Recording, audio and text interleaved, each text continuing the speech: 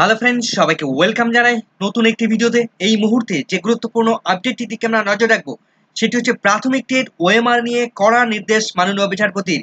বিপাকে প্রাথমিক শিক্ষা পর্ষদ এবং সিবিআইকে তাৎপর্যপূর্ণ কতগুলো প্রশ্নবাণে বিদ্ধ করেছে। ডেটা এডিট নিয়ে প্রশ্নচিহ্ন তুলেছে, স্ক্যান করা ওএমআর নিয়ে প্রশ্নচিহ্ন তুলেছে, হার্ড ডিস্ক নিয়ে প্রশ্নচিহ্ন তুলেছে, ওএমআর পুনর্মূল্যায়ন নিয়ে তথ্য দিতে হবে, অরিজিনাল ওএমআর নিয়ে তথ্য দিতে হবে প্রাথমিক শিক্ষা পর্ষদ এবং সিবিআইকে। তো কি কি নির্দেশ দিয়েছেন আজ, শুনানির বিস্তারিত বাংলায় ব্যাখ্যা থাকবে এই ভিডিওর মধ্যে। কোনো রকম স্কিপ না করে শেষ পর্যন্ত দেখতে থাকুন। তো চলুন বন্ধুরা, বিস্তারিত আমরা জেনে নিই। তো আজ কলকাতা হাইকোর্টের 13 নম্বর কোর্টরুমে মাননীয় বিচারপতি রাজশেখর মান্থার বেঞ্চে যে মামলাটি শান্তনু সিটের যে মামলাটি ওএমআর সংক্রান্ত প্রাথমিক টেট 2014 ওএমআর মামলা, সেই মামলা 1 নম্বর সিরিয়ালে লিস্টেড ছিল। সেই মামলাটি গুরুত্বপূর্ণ শুনানি মাননীয় বিচারপতি রাজশেখর মান্থা তিনি করিয়েছেন এবং তাৎপর্যপূর্ণ এবং কড়া নির্দেশ দিয়েছে প্রাথমিক শিক্ষা পর্ষদ এবং সিবিআইকে। তো আজ 13 নম্বর কোর্টে মাননীয় বিচারপতির কাছে সিবিআই রিপোর্ট পেশ করার কথা ছিল, হার্ড ডিস্কের যাবতীয় তথ্য পেশ করার কথা ছিল, সার্ভারের ডিটেলস পেশ করার কথা ছিল, বিভিন্ন সার্ভারগুলো তথ্যগুলো পেশ করার কথা ছিল। তো আজ কোর্ট বসার সঙ্গে সঙ্গে সিবিআইয়ের পক্ষ থেকে তারা যে সমস্ত রিপোর্ট ইতিমধ্যে তৈরি করেছে সেটা একটি মুখবন্ধ খামে মাননীয় বিচারপতির কাছে জমা দেন। এরপর মাননীয় বিচারপতি সেই মুখবন্ধ খামটা তিনি খোলেন এবং খুলে সমস্ত বিষয়টা খুঁটিয়ে খুঁটিয়ে পড়ার চেষ্টা করেন এবং সমস্ত বিষয়টা বোঝার চেষ্টা করেন। এবং এরপরেই মাননীয় বিচারপতি তিনি সিবিআইকে বেশ কতগুলো ক্রস প্রশ্ন করেন। সেই সঙ্গে বিচারপতি সিবিআই লয়ারকে তিনি জিজ্ঞেস করেন, সার্ভার কপি এবং হার্ড কপি এই দুটো বিষয়কে আপনারা কি কনফিউজ করছেন? একটার সঙ্গে আরেকটা বিষয়কে কি আপনারা গুলিয়ে ফেলছেন? কেননা সার্ভার কপি, তার মধ্যে যে তথ্য থাকে সেই তথ্য কখনোই ডিলিট করা যায় না। তখন সিবিআই লয়ার তিনি বলেন যে একটা সার্ভারের তথ্যকে ট্রান্সফার করে দেওয়া হয়েছে অন্য আরেকটা সার্ভারে। তো মাননীয় বিচারপতি বললেন যে সমস্ত ডিজিটাল ফুটপ্রিন্ট বা ডিজিটাল যে কপি, সেই কপি সমস্তটা ডিলিট করা যায় না।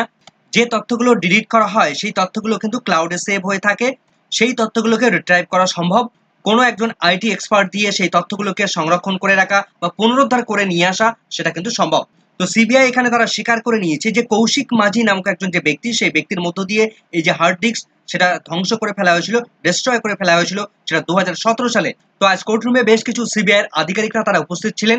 তখন মাননীয় বিচারপতি তাদেরকে প্রশ্ন করেন, আপনারা কি সেই হার্ড ডিস্ক আপনারা খুঁজে পেয়েছেন বা তার যাবতীয় তথ্য কি আপনারা খুঁজে পেয়েছেন? তো সিবিআইয়ের আধিকারিকরা তারা জানান যে না, আমরা কোনো রকম ভাবে হার্ড ডিস্ক সেখান থেকে খুঁজে পাইনি, সেই হার্ড ডিস্কের মধ্যে কোনো রকম ভাবে তথ্য সেখানে পাইনি।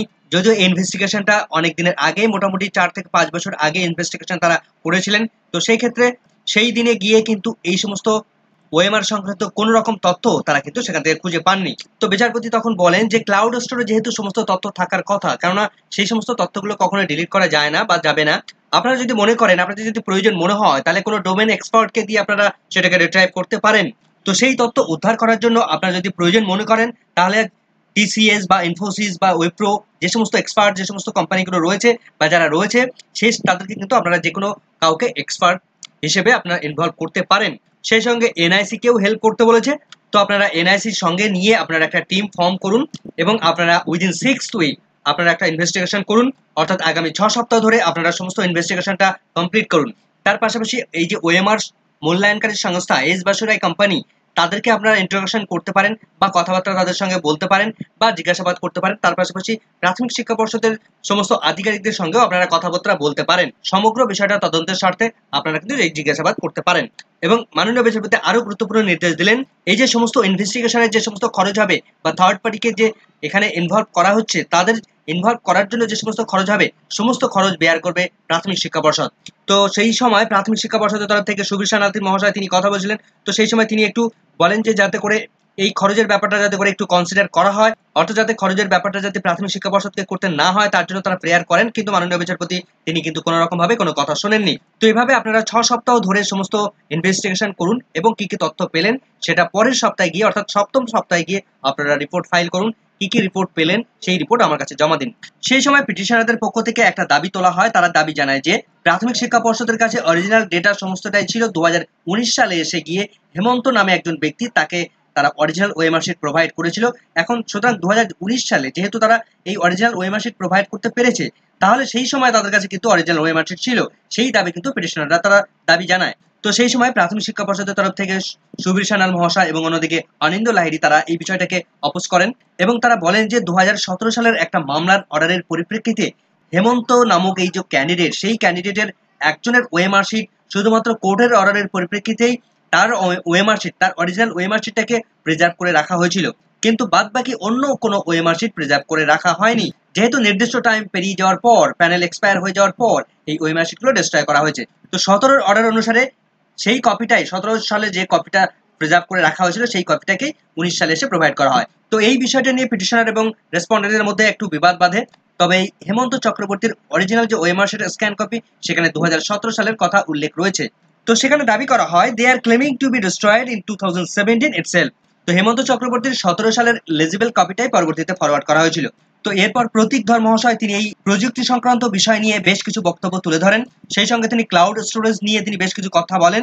তিনি বলেন এভরিথিং ইজ এডিটেবল, এবং তিনি এটাও বলেন যে আমার কাছে যদি অ্যাডোব রিডারের পেইড ভার্সন থাকে তাহলে আপনি যে অর্ডারটা দেবেন সেই অর্ডারটাকেও আমি এডিট করে দিতে পারি।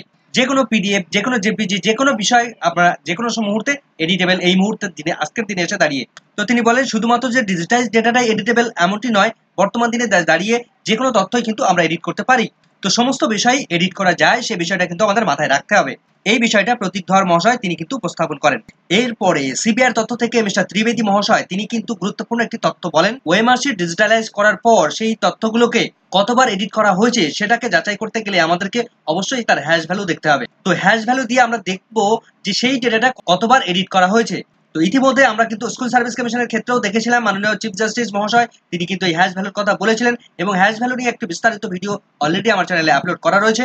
এই হ্যাশ ভ্যালু কিভাবে বের করতে হয় সেটা নিয়ে বিস্তারিত ডিটেলস কিন্তু সেখানে আলোচনা করেছিলাম।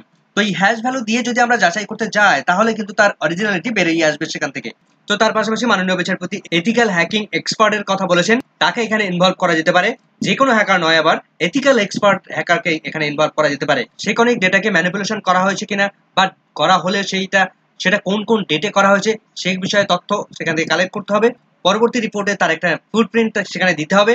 এরপর সুবীর সান্যাল মহাশয় তিনি আরেকটা বিষয় উত্থাপন করেন যে এই যে হেমন্ত চক্রবর্তী নামে যে ব্যক্তির ওএমআর শিট নিয়ে যে গন্ডগোলটা তৈরি হয়েছে বা যে কনফিউশনটা তৈরি হয়েছে, সেই বিষয়টা নিয়ে প্রাথমিক শিক্ষা পর্ষদের পক্ষ থেকে তারা একটা এফিডেভিট ফাইল তারা করতে চায় যে তার কবে কি এই ওএমআর শিট প্রোভাইড করা হয়েছিল এবং কেন প্রোভাইড করা হয়েছিল, তার বিস্তারিত ডিটেলস দিয়ে তারা একটা এফিডেভিট ফাইল করার তারা ইচ্ছে প্রকাশ করে।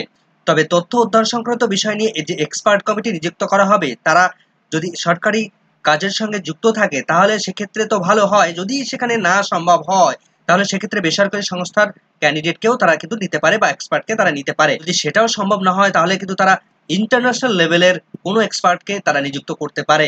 তো যেখান থেকেই পারুন আপনারা আপাতত এই তথ্যটা বের করুন। এই তথ্যটা কোথাও না কোথাও তো আছে, অবশ্যই থাকার কথা। সেটা ভাঙা অবস্থায় থাকুক বা লুকানো অবস্থায় থাকুক, যে কোনো অবস্থায় থাকুক, যে কোনো ফরম্যাটে থাকুক, সেটা আপনারা উদ্ধার করে নিয়ে আসুন। তো আপনারা সবথেকে বড় এক্সপার্ট কমিটি এখানে নিযুক্ত করুন এবং লাস্ট চেষ্টাটা আপনারা করুন। তো এরপর মাননীয় বিচারপতি যখন অর্ডার কপি লিখতে যান তখন এই হেমন্ত চক্রবর্তী সংক্রান্ত যে সমস্ত রিপোর্ট তিনি সেই বিষয়টা অর্ডার কপির মধ্যে মেনশন করতে যান, তখন অনিন্দ্য লাহিড়ী মহাশয় তিনি কিন্তু সেই বিষয় অপোজ করেন। তো মাননীয় বিচারপতি তখন তিনি বলেন যে না, এই বিষয়টা প্রাথমিক শিক্ষা পর্ষদ তারা স্বীকার করেছে। তো সেই সময় প্রাথমিক শিক্ষা পর্ষদ তারা কিন্তু তখন চুপ ছিল। তখন অনিন্দ্য লাহিড়ী মহাশয় তিনি প্রাথমিক শিক্ষা পর্ষদকে বলেন, কি রে তোরা চুপ আছিস কেন, কিছু বলছিস না কেন? তখন সুবীর সান্যাল মহাশয় তিনি বলেন যে মাই লর্ড, এটা কিন্তু ভুল হচ্ছে, এটা অ্যাকচুয়ালি এই তথ্য নয়। এই বিষয়টা আমরা বিস্তারিত কোর্টকে জানিয়েছি, প্রয়োজনে আমরা আরো একটি এফিডেভিট ফাইল করব।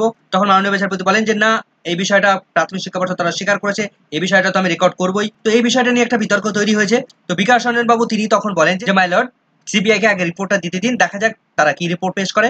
তখন মাননীয় বিচারপতি একটা গুরুত্বপূর্ণ মন্তব্য তিনি করেন যে আমি চেষ্টা করব যে কোনো চাকরি আমি খাবো না বা কোনো চাকরিকে আমি বাতিল করতে চাই না। আমি অপটিমাম লেভেলে চেষ্টা করব যে কোনো চাকরি যাতে কোনো রকম ভাবে সংশয় না পড়ে। তবে আমি দেখব যদি আমার কোনো রাস্তা খোলা না থাকে, কোনো উপায় যদি আমি খুঁজে না পাই, তাহলে কিন্তু আমি সেই রাস্তা হাঁটতে পারি।